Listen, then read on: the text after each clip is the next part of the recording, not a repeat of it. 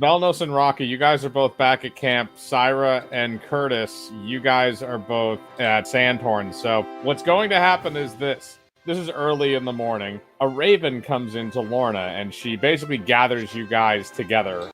So it's you, Velnos, Raka, and also Kane's character Kermit is present as well. You drunks, get down here. We have news. You dare wake a servant of the Bosom Raw this early, wench?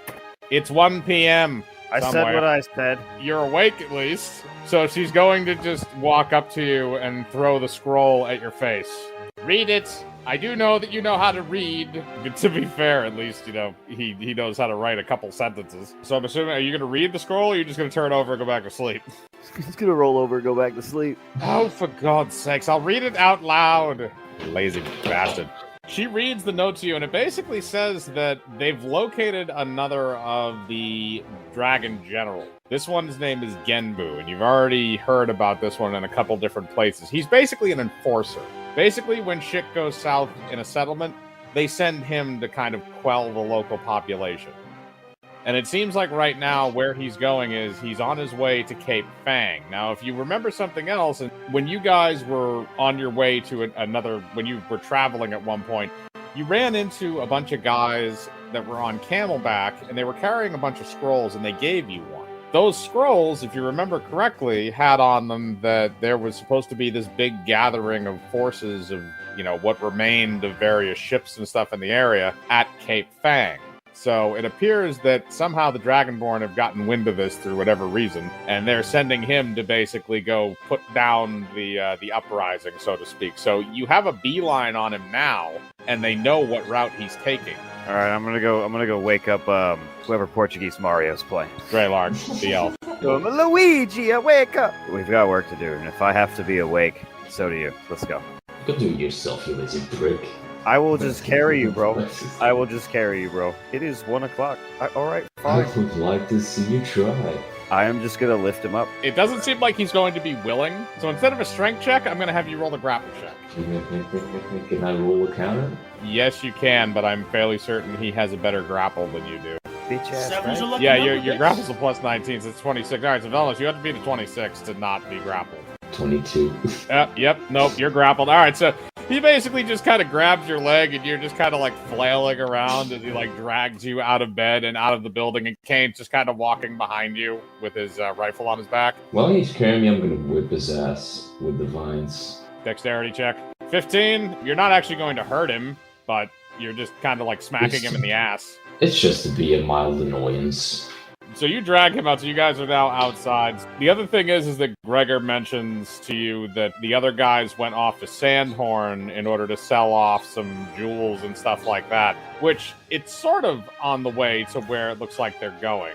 They said they sent out a raven that morning, so they should know probably by around now the raven should be arriving to give them the news. We're going to go away from Velnos and Raka and Kane for a minute now that they're done with their little shenanigans, and we're going to go back to Cham and Arch. I'm going to wake up. I'm going to just be giggling as fuck as I hear some freaky noise going on the other bed. I'm just laughing my ass off. You do that, Arch. What is going on in the other bed? I thought you like dismembered your body and it's just crawling all over. Oh yeah, that was Timmy. all through the night. Yeah. All right, so you just separated your like undead body parts, so they just kind of like found their own places on the bed to sleep. Oh yeah, they're like little animals. They're like little cats and stuff. They found warm places to hide. God. So I'm gonna get up, still laughing. Still laughing. Like, how you doing, Timmy? How you doing, buddy? Timmy is basically like sitting in the corner of the room. It doesn't look like he got any sleep. He's just kind of looking over at Syra because he saw just a bunch of random things like crawl out of her after she went to sleep, and he's kind of just like sitting in the corner. I don't know what's wrong with her, but I just don't want to be near it when it happens. Well, if it helps you, all of her teeth are living creatures that are kind of like insects that have burrowed into the flesh. So I'm gonna be like, hey, Syra, wake up. Syra's gonna very slowly, like coffin style, fucking Undertaker sit up. Oh, good morning. Why do we have to go? As you wake up and look over at Cham, you see what appears to be a raven at the window, and it's pecking at the window. It has a little note attached to its leg. Ooh, Curtis, breakfast. There you are. Here, dear, and stab that thing to death for me. Do I notice it has a letter? Roll spot check. Yes, you do notice it has a letter. I open it up. All right, you open the window and you take the letter off of the raven's leg. It then proceeds to fly away. Inside the letter, it basically says the same thing that Lorna just told Raka and Velnos and Kane's character, is that there is another dragon general, and you happen to know what route he's taking to get to his destination. So it looks like he is going to be going to Spyglass Point, the place where you met Habibi and the horse soldiers. It's a common place to stop along trips like that anyway, so it makes sense why they would go through there. But you now know that they're on their way from the palace now, but they haven't gotten to Spyglass Point yet. So you have a route there, or you can also meet them at Cape Fang as well, because you know where their final destination is. I'm gonna relay the message to Syra. All right, I suppose we should get a move on then. Did you want to just go ahead of the group, or do you want to meet up with them back at the camp?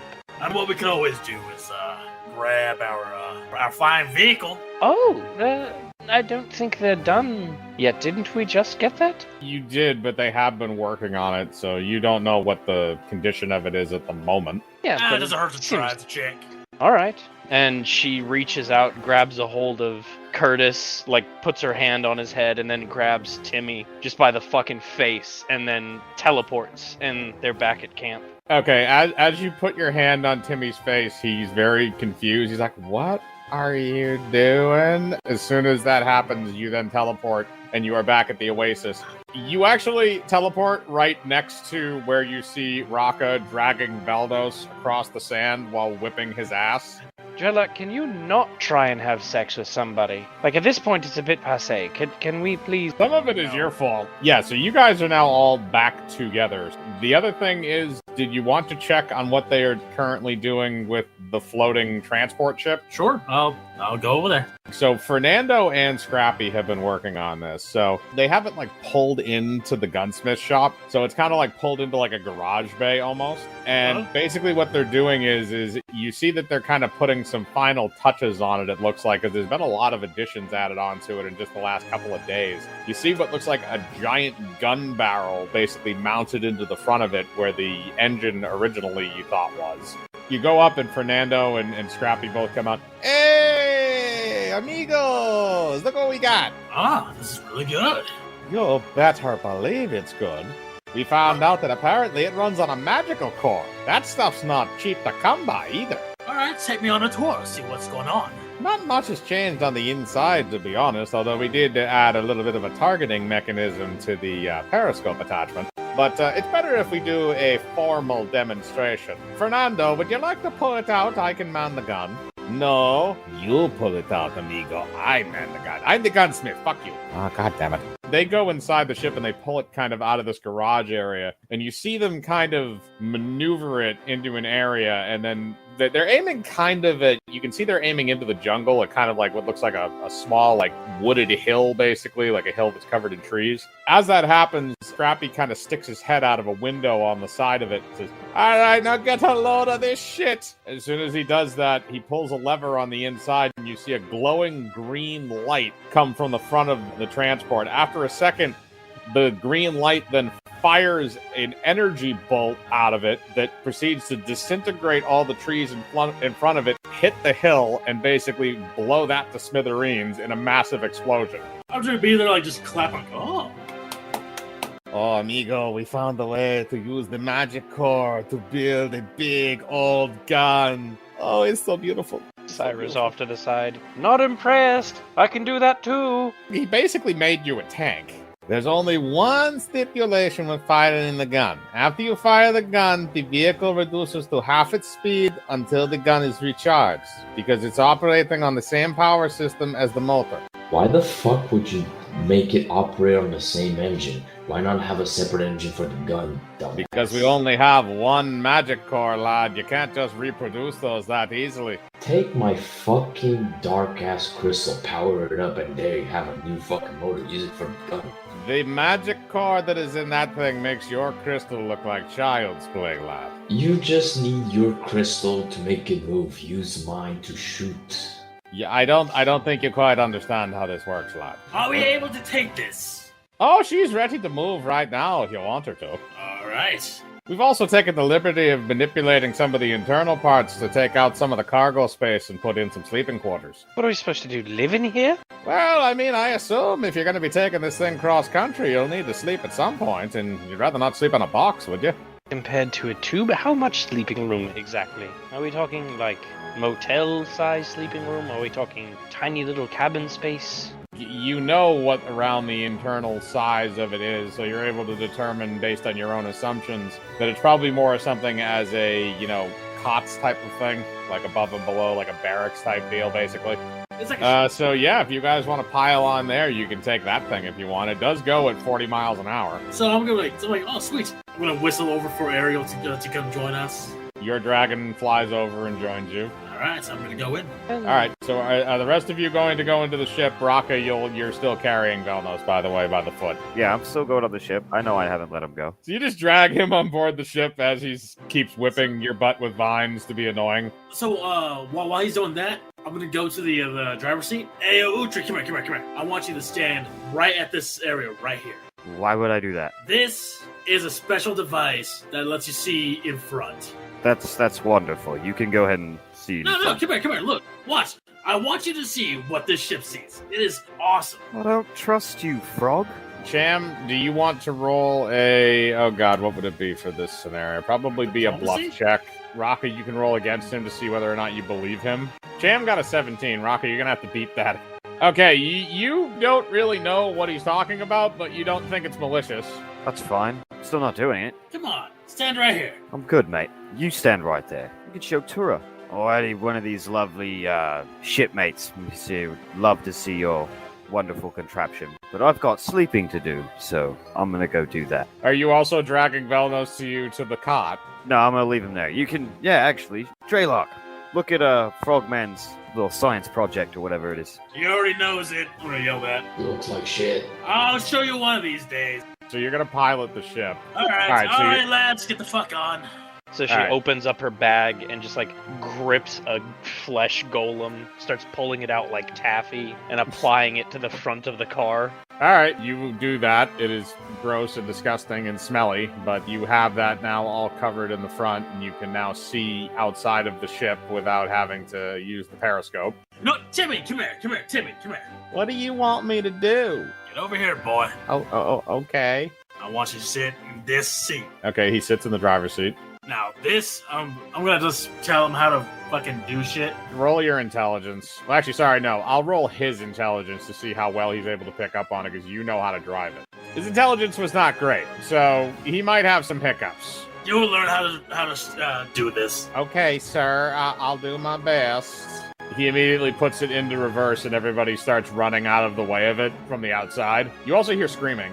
He then quickly reverses the lever that he was pulling, and it starts going in the correct direction. Hope we didn't hit anyone important. She slaps Timmy in the back of the head. Drive better. I'm sorry, sir. Don't murder me and turn my brains inside out. No, Timmy, I would never do that.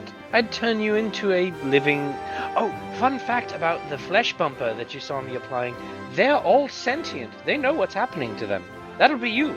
Unholy Jesus. She just pats him on the head. Keep driving, asshole. He continues to drive. So you now basically have a chauffeur, even though he's not great at actually driving it. So he also asks where you want him to go. Roughly that direction. And she points towards the rough direction of the Spyglass point. Okay, so he's going to go that. It's going to take him a little while to get there. You guys are going to be stuck on the ship for probably about 5 to 6 days. I mean, I could just go. You can, yes, but can you teleport the ship with you? No, absolutely not. Then the ship is going to take 5 to 6 days to get there, even though you can teleport there ahead of time, but that is up to you. See, here's the thing, is I don't want to start whatever is going to happen when we get there. Well, I mean, if you teleport yourself near it and not directly to it, you might not disturb anything if it's there, but you don't know that. That's correct. Yes, I'll stay with the ship for now.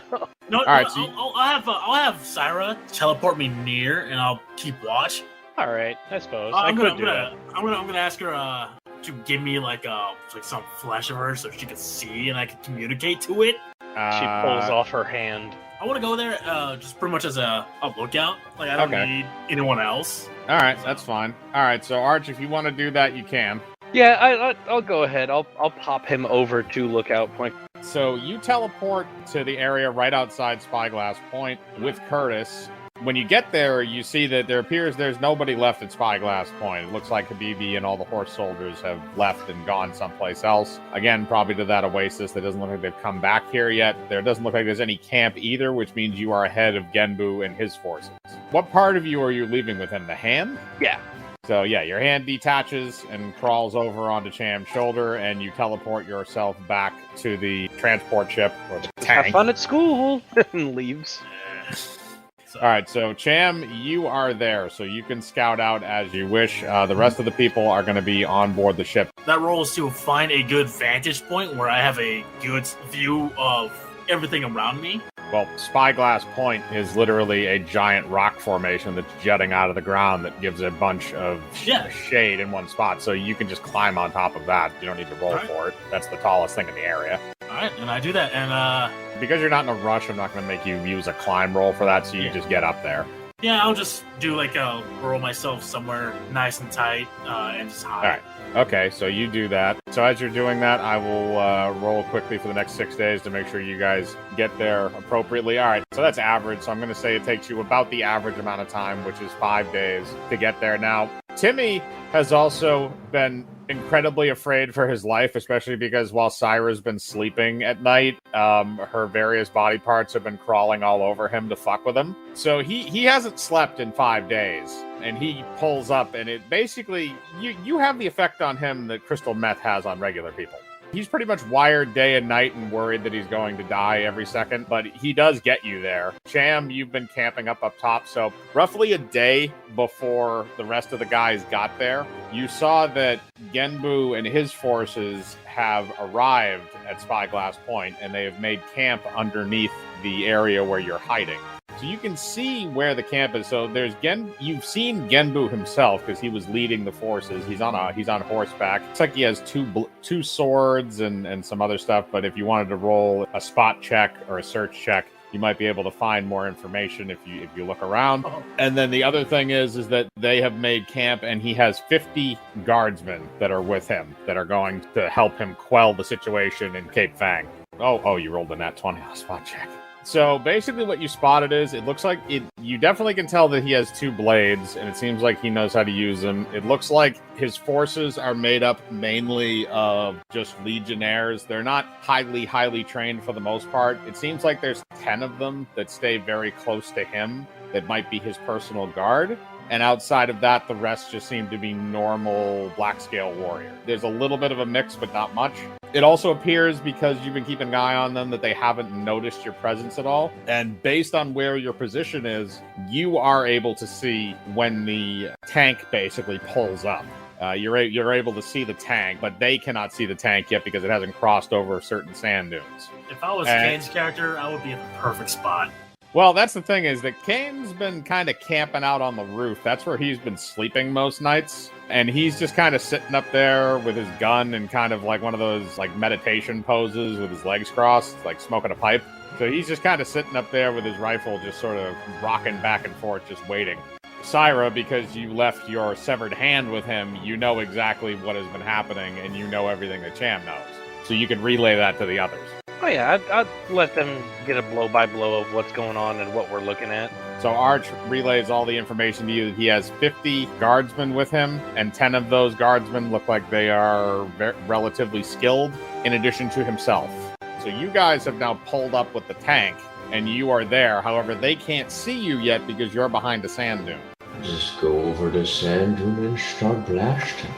That is completely up to you guys what you want to do. You do have the capability to do that. By the way, that energy cannon that thing fires is 10d10 damage. Does it have splash damage?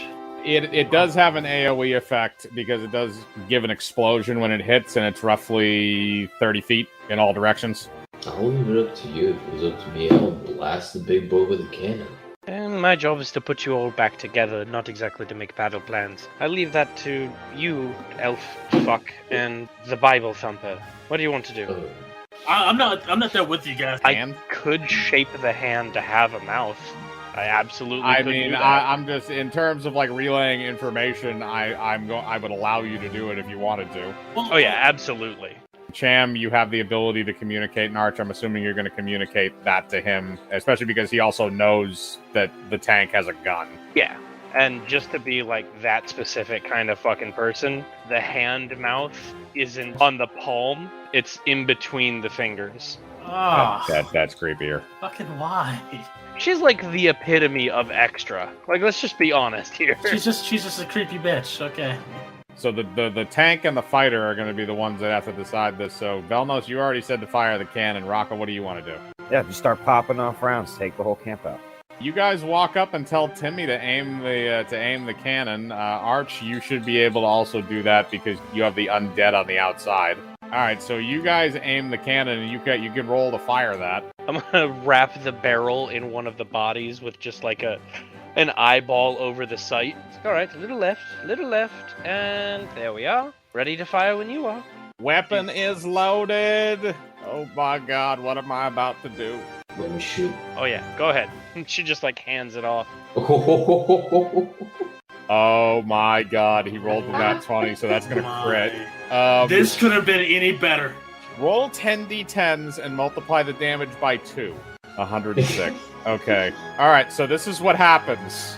You fire the shot. It hits the center of the camp and spreads out 30 feet in all directions. So you wiped out all 50 of Genbu's entourage. Every single one of the... Cham, from above where you are, all you see is an explosion go out in all directions, and you just see like dead corpses like ragdolling flying across the desert. Yeah, well, you just see fucking shit flying everywhere, smoke and fire, and you don't even hear screaming because pretty much everybody's dead. I'm just gonna slowly clap. Here's the other thing. I'm gonna roll a d20 just to see if something happens. Okay, yeah, that's a 6. Something's gonna happen. So Cham, the rock face that you're on top of, you feel it start to move. And you start hearing a cracking noise coming from one side of you. Basically, the larger part of the rock face that hangs over is breaking off and is falling downward onto what remains of the camp. So as that happens, I'm going to have you roll a reflex save to try and make sure you don't get damaged from the fall. So you rolled a 29, so you don't. So basically what happens is you just kind of clap, and then the thing breaks off. It falls down to the ground and hits the ground, and you just see sand and dust spew out everywhere around you. And you're still clapping. You never stopped. This inside, Syra's like drooling at the mouth. She taps Timmy. Boy, well, you are going to help me gather those up. Some of them are also buried under a massive amount of rock. I have control Earth. I'll dig them the fuck out. Fair enough. I'm just letting you know. I need bodies. She's gonna start making dragon scale skin armor. Just tapping, like, elbowing Timmy, going, eh? I haven't slept in 6 days. Just leans in really close. Sleep is for the weak. Yes, ma'am.